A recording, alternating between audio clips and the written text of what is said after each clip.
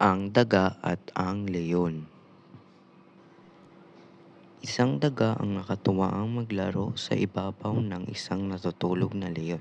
Kanyang inaakyat ang likuran ng leon at pagdating sa itaas ay nagpapadaos-dos siya paibaba. Sa katuwaan ay hindi niya napansin na nagising ang leon. Tinakman ng leon ang daga at hinawakan sa buntot na wari bang balak siya isubo at kainin. Natakot at nagmakaawa ang daga.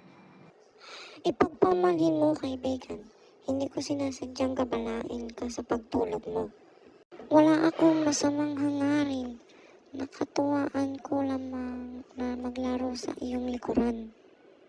Huwag mo kong kainin. Paiyak na sabi ng daga.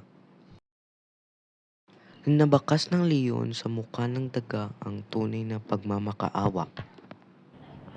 Sige, pakakawalan kita, pero sa susunod ay huwag mong gagambalain ang pagtulog ko.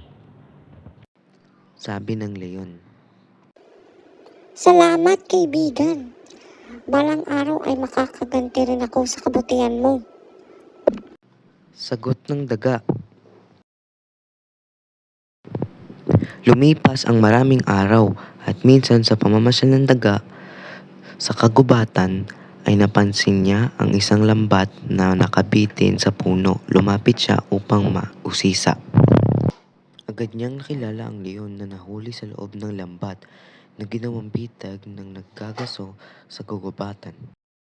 Dali-daling inakyat ng daga ang puno at nginat-ngat ang lubid na nakatali sa lambat.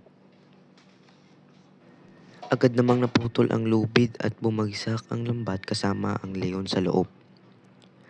Mabilis na bumaba ang daga at tinulungan ang leon na makawala sa lambat. Utang ko sa iyo ang aking buhay. Laking pasasalamat, sabi ng leon sa kaibigang daga.